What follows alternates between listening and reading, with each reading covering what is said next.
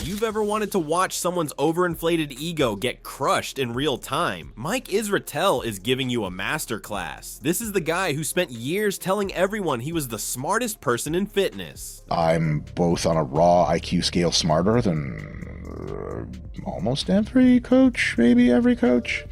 And I know more about physiology, body responses, etc. than they do in most cases. The guy who built an empire on the back of a PhD he never shut up about. Perfectionist asshole with a PhD. Yeah, hell yeah, that's why I say shit like that. Dr. Mike, geez, that's a big deal. And I've noticed that carries a lot of weight. And then someone actually read his PhD thesis. The entire foundation of his career got ripped apart in days. The document that was supposed to prove he was a genius turned out to be one of the sloppiest, most embarrassing academic disasters in fitness history. His response made it exponentially worse. He could have owned the mistakes. He could have admitted fault. Instead, he tried to gaslight millions of people, threw his friend under the bus, and proved that his arrogance was never backed by actual competence.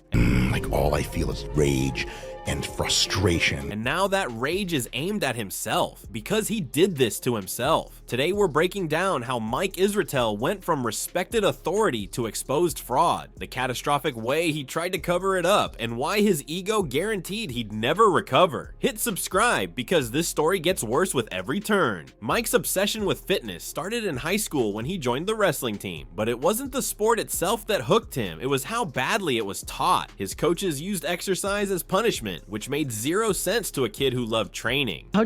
So from wrestling, how'd you get into bodybuilding? What was that transition?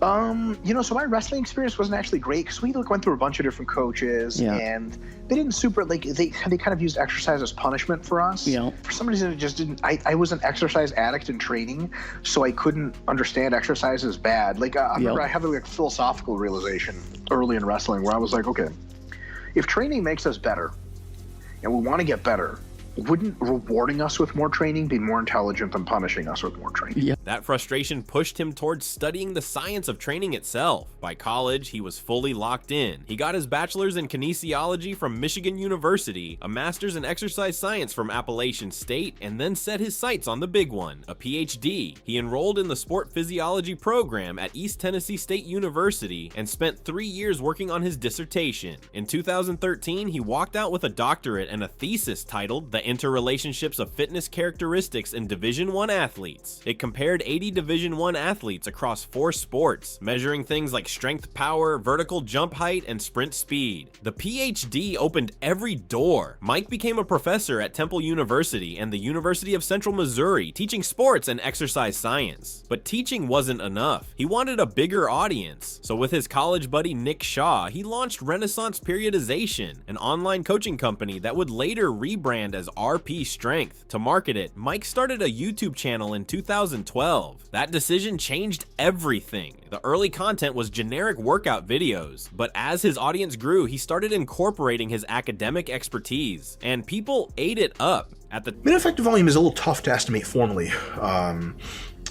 because we have a book, How Much Should I Train? It's about the training landmarks on renaissanceperiodization.com. It gets very technical about how to find your MEV, and really finding a minimum effective volume means analyzing an entire several mesocycles of training where you intentionally train with as little volume as possible and seeing which volume finally results in no growth. So like if you grow 14 sets per week, great. If you take it down to 11 sets per week and you still grow, great. That's definitely 14 was not your minimum effective because you're growing from 11. Time, credentialed voices in fitness were rare. Most influencers were just jacked guys with opinions. Mike had the PhD. He had the research background. He spoke with authority that felt unshakable. Beginners trusted him, seasoned lifters trusted him, and Mike knew it. He didn't just share information, he critiqued legends. He went after Ronnie Coleman, an 8-time Mr. Olympia, breaking down his training like Ronnie needed a lesson. It pays to remember that Ronnie didn't grow basically any muscle like this. He grew it doing more conventional things like squats for sets of 8, sets of 10, hack squats, leg presses, often with a very large range of motion, and multiple sets of those kind of moderate reps. That's how you build muscle. That's how Ronnie did it. That's how Grandma did it. That's how Grandpa did it. That's how you're gonna do it. This sets of 2 and sets of 4 and the squat and the deadlift that Ronnie's really well known for, you can file this under just for swag. Like this is just living life and being the That level of confidence built RP into a 3.8 million subscriber juggernaut. Mike got invited to the biggest podcast on YouTube. His fitness apps and books sold. Everything reinforced the same narrative. Mike Israetel was one of the smartest people in fitness, and for years, no one questioned it. Then Greg Doucette entered the picture. December 5th, 2019, Greg uploaded a video critiquing Jeff Nippard's science-based training approach. Greg's argument was simple. People are lazy, they don't train hard enough, and telling them to hold back is idiotic. People are lazy, people don't train hard, and so to tell someone to hold back when they're already holding back is moronic and asinine. Tell them, work harder. How hard? Harder than you work! Mike wasn't mentioned in the video, but as another science-based coach, people asked his opinion. He didn't hold back. I'm pretty sure I saw the entire video by Greg. He never actually answers the question of how much. He just says, go harder, and he yells a lot, which is funny, but it's precious little to learn from that other than go hard. And he may have a very good critique that people just need to train harder because they're straight bitches out here. And they may very well be true. Some people it's true, some people it's not. It's definitely true for a lot of people. But even once you know, okay, I'm fucking training hard, do you do 3 hard sets? Do you do 6? Do you do 9? Greg didn't appreciate being called unfunny or unhelpful. 3 days later, he posted a response video directly challenging Mike. Thing number 1 is that coming close to failure, about 2 or 3 reps away, if you take the net balance of the evidence, doesn't seem to provide any more stimulus than going all the way to failure. So the argument of going all the way to failure sort of falls apart right there. 2 to 3 reps shy of failure is close to failure? Come on, no it's not. 2 to 3 reps shy of failure is a warm-up set for this boy. I don't train like a pussy. Greg's point was that Mike's messaging made people think they could train even easier than they already were, and plenty of people agreed with him. Mike decided to settle this face-to-face. On December 18th, 2019, they met for a debate. Mike walked in expecting Greg's loud, aggressive persona from his videos. That's not what he got. Greg showed up calm, respectful, and patient. He listened to everything Mike said and offered measured rebuttals. Mike looked caught off guard. He seemed disinterested. He yawned multiple times. The debate itself went nowhere. They disagreed on everything, including basic definitions like training volume. Greg is defining is called mathematical volume. It's when you do all the multiplication, sets times reps times weight times distance.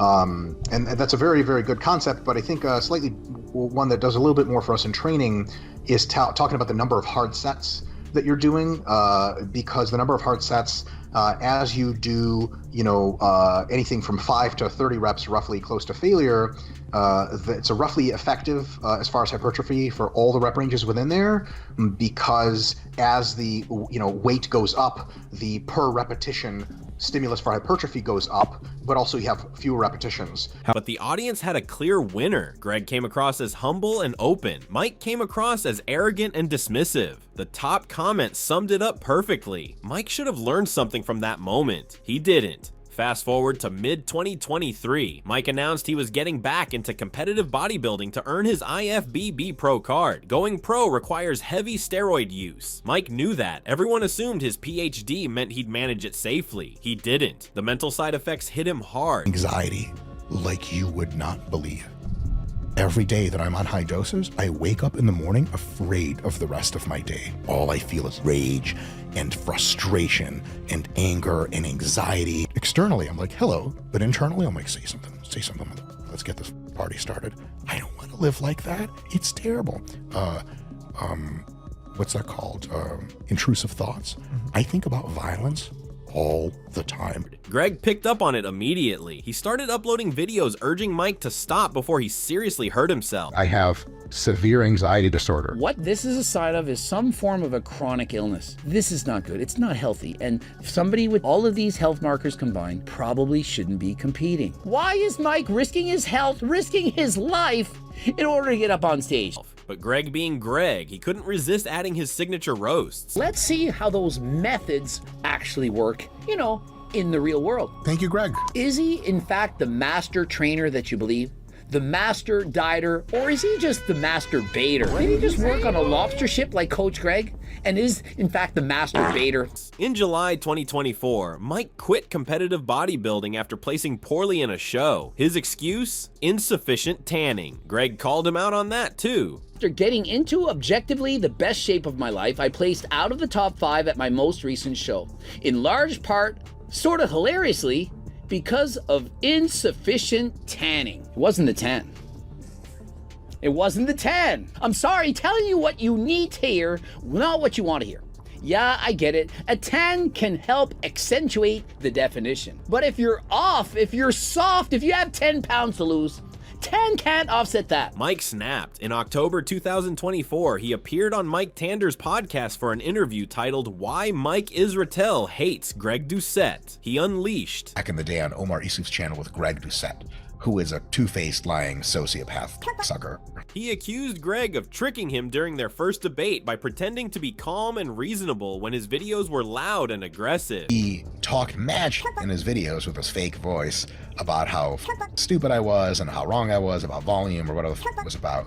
And I was like, oh, this guy wants a shot at the title. So when we got face-to-face in a debate, I mirrored that energy. And he turned off his parrot voice and went straight into nice guy agreeable mode. And almost all the comments were like, oh my God, this Mike guy's a asshole. And this Greg guy just came to the conversation to try to learn. No, he didn't. He's trying to learn shit.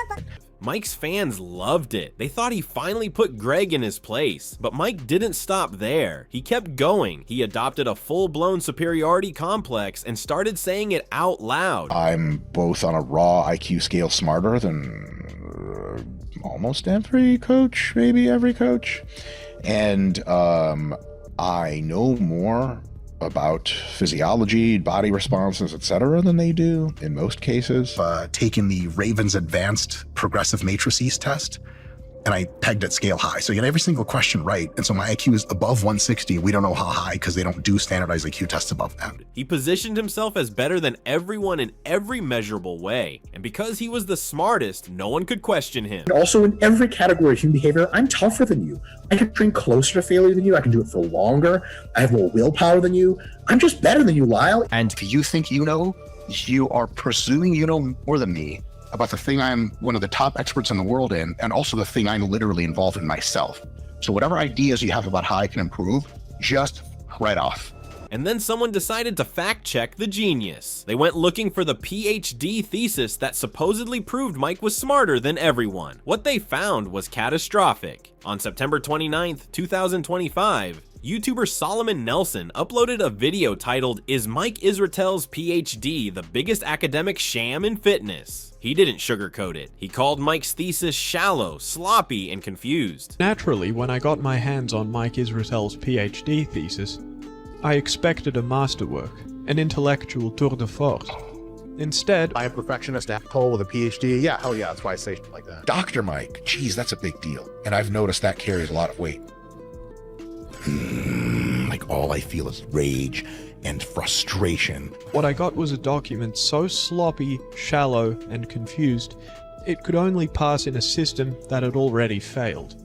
For a PhD thesis to be accepted, it has to contribute significant new knowledge to the field. Mike's didn't. His entire thesis proved things that were already common knowledge. Stronger athletes are more muscular and powerful. More powerful athletes jump higher and sprint faster. Leaner athletes perform better in these tasks. None of this was new. It was already extensively documented in prior research by 2013. The worst part? Mike knew it. His own thesis cites multiple studies that had already proven the exact same findings. In Chapter 3, he explicitly states that the finding about stronger athletes producing higher rates of force development has been previously well supported in the literature. He wrote that the finding about higher power generating abilities being associated with stronger athletes is well supported by previous data.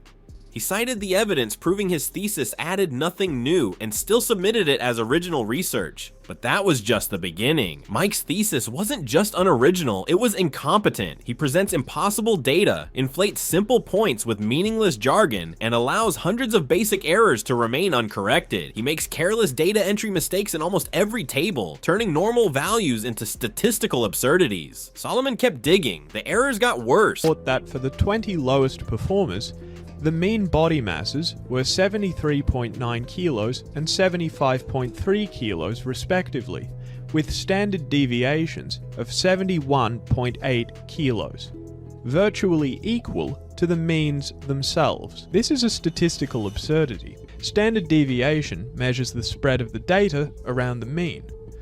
A standard deviation this large, relative to the mean, is nonsensical in a biological context.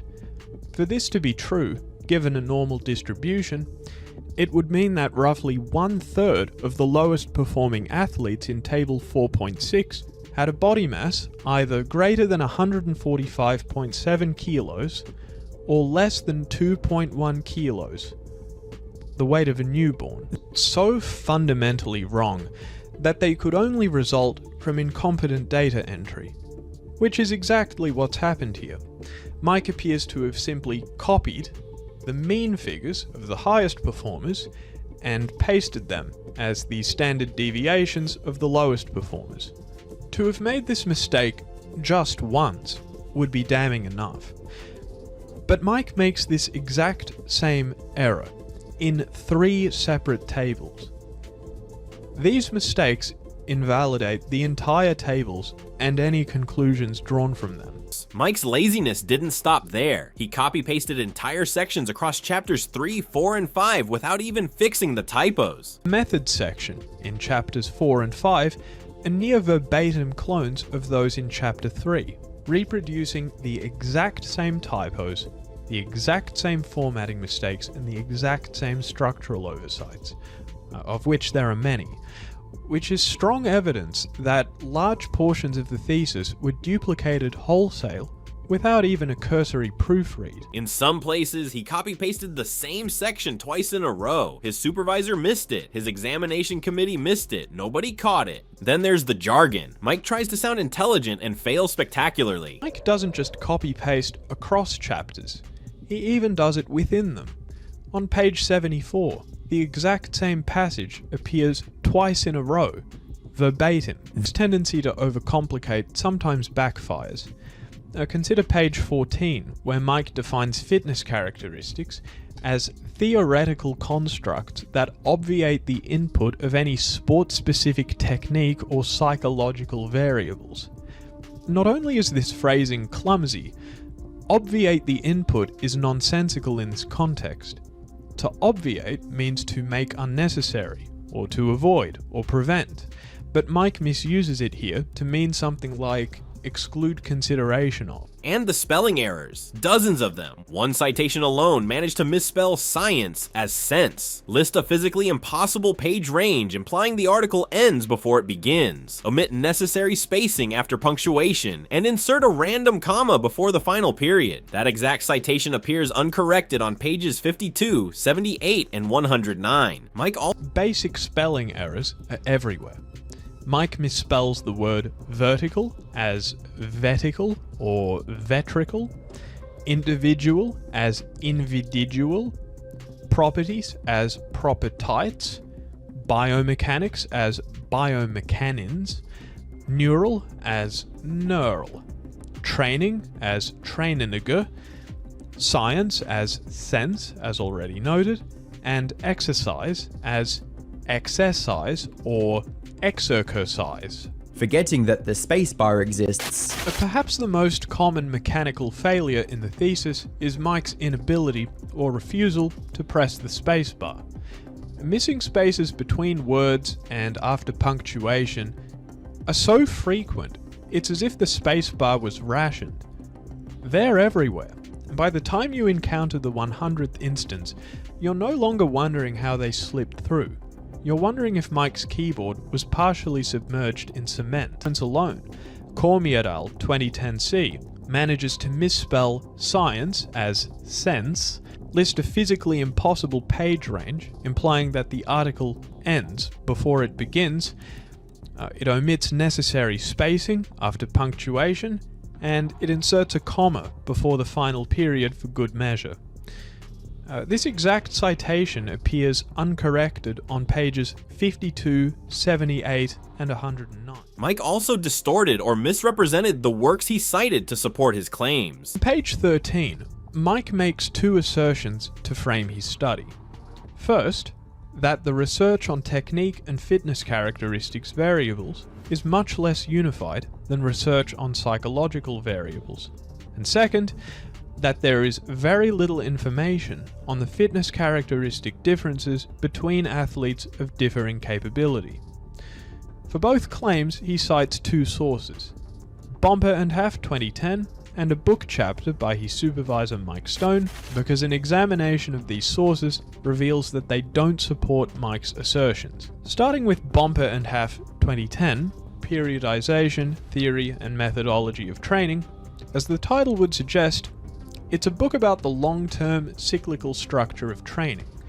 It doesn't contain any statement or analysis comparing the relative unity of research across the psychological, technical, and fitness characteristics of athletes. Citing it here is irrelevant at best and misleading at worst. Mike's thesis wasn't just bad, it was a failure at every level, and it shouldn't have passed. His supervisor failed him, the examination committee failed him, East Tennessee State University failed him, the entire field of exercise science failed him. But Mike's the one who submitted it. Mike's the one who built a career on it. Mike's the one who bragged about his 160 IQ while his thesis couldn't even get through spell check. And now everyone knew. Mike's response was a disaster. First, he restricted access to his PhD thesis so only alumni and students of East Tennessee State could view it. He tried to hide the evidence. Then came the excuse. He claimed Solomon reviewed the wrong draft, not the final version. Maybe he thought Solomon would delete his video. He didn't. So Mike doubled down, but he didn't address it on his own channel. He went to his friend Dr. Milo Wolf's channel instead. Red flag. It looked like he was trying to keep the controversy away from his main audience. The video was titled Dr. Mike Responds, The Truth About His PhD. Milo defended Mike by repeating the claim that Solomon reviewed an earlier draft. Milo said Mike had sent him the final draft, which was supposedly free of all the errors Solomon pointed out. I need to make one thing very clear. The version of Mike's dissertation I've reviewed is a much later draft. This is the document Mike himself saved, defended, and sent to me, and it corrects many of the typos and inconsistencies that Solomon highlighted in his video, through no one's fault in particular, and that appears to be the version Solomon accessed. But one thing is certain, the document Solomon reacted to was not the latest version that was actually examined and passed. And that's the smoking gun. If there's one thing universities never get wrong, it's the name of their own department. In other words, Solomon wasn't even reviewing the defended archived dissertation. The video included an interview with Mike where he took some responsibility for uploading the wrong draft. Now know Solomon was looking at an accidentally uploaded incorrect rough draft. So I'll say this, I don't blame him for going hard on it because he has every reasonable idea to think this was the final draft. It wasn't. We have the final draft now in the link here. And so most of his critiques are just non-starters because the final just doesn't have most of those problems. Milo ended the video by suggesting Solomon wasn't a credible judge of Mike's work because he'd made over 10 videos about Mike, totaling more than 13 hours of content. Milo implied Solomon was financially motivated by outrage and views. And when you look at the broader context, the pattern becomes clear. To date, Solomon has made more than 10 videos about Mike. That's over 13 hours of content targeting a single person. Topics range from 2-hour collaborations critiquing Mike's bodybuilding performance to hour-long reactions to his surgery, to videos like this one attacking his academic record. A quick look at his views on videos where he features Mike versus his non-Mike content shows an enormous discrepancy in his views. When one person becomes your channel's most reliable source of outrage, views, and income, it raises the question of motive. Nobody bought it. The comments tore them apart, then people started digging. The paper Milo presented as the final version was dated March 2013. Solomon's version was dated August 2013. Someone caught an edit made by ETSO, East Tennessee State University, on October 3rd, 2025, days after Solomon's video dropped, but Milo claimed Mike had never even watched Solomon's video. Context, Mike hasn't even watched Solomon's video. he doesn't respond to this kind of content as a matter of principle. Then came the smoking gun. The Google Doc linked in Milo's video wasn't owned by Mike or Milo. The owner was listed as pipixcontenido@gmail.com, a digital marketing agency. The document had been tampered with. They got caught fabricating evidence. The video also included Mike and Milo downplaying the value of a PhD. So the PhD isn't some kind of proof of your superiority. It is step one in an academic research career, which most people don't even end up taking. That's my PhD. It's a mediocre step one to giving me a PhD, and not much more than that. Never claimed that it was much more than that. Mike tried to deflect with absurd tangents, and he laughed at the situation like it was all a joke. Really clear about something. This is very, very important that people tune in. I had many conversations with Stephen Hawking himself when him and I were in the waiting room at Epstein's Island. Now, I know that sounds crazy, but he was really excited to be there. He just wanted to talk physics. Technically, I submitted the wrong draft to the graduate school, and so that's been, being rectified now. But yeah, my PhD was as Jared Feather likes to say, 100% fine, which is a euphemism for it happened and it was okay. The backlash forced Mike to backtrack. He admitted Solomon had reviewed the correct document after all, but he downplayed the findings as clerical errors, just a misplaced negative sign on a few correlations and a table pasting misalignment repeated across 3 tables. The comments didn't buy that either. Mike avoided financial ruin. His channel didn't lose subscribers, it actually gained some. His strategy of not addressing the scandal on his main channel worked. Most of his audience never saw the controversy. The people who consider this internet drama moved on. Mike's numbers stayed intact, but his reputation took permanent damage. He tried to gaslight his audience with a fabricated document. He threw his friend Milo under the bus when the lie collapsed. He admitted his thesis was sloppy, but refused to own the full extent of the incompetence. All he had to do was admit he made mistakes 12 years ago when he was a PhD student under pressure. That's it. People would have understood. Instead, his ego wouldn't let him. And now those mistakes will follow him for the rest of his career. Every time Mike makes a claim about exercise science, someone will bring up his PhD. Every time he brags about his intelligence, someone will remind him his thesis couldn't pass spell check. Every time he tries to position himself as an authority, someone will ask if he's figured out how to press the spacebar yet. He built his entire brand on being smarter than everyone else, and when someone fact-checked him, he proved he wasn't even competent enough to proofread his own work. The man who claimed a 160 IQ submitted a thesis with data entry errors so bad they suggested athletes weighed less than newborns. The man who said he was better than everyone in every category couldn't format a citation correctly. The man who called Greg Doucette a two-faced lying sociopath tried to lie to millions of people with a Google Doc owned by a marketing agency. Mike Israetel's legacy is no longer his fitness knowledge or his YouTube success. It's this: the genius was a fraud, and his ego made sure everyone would remember.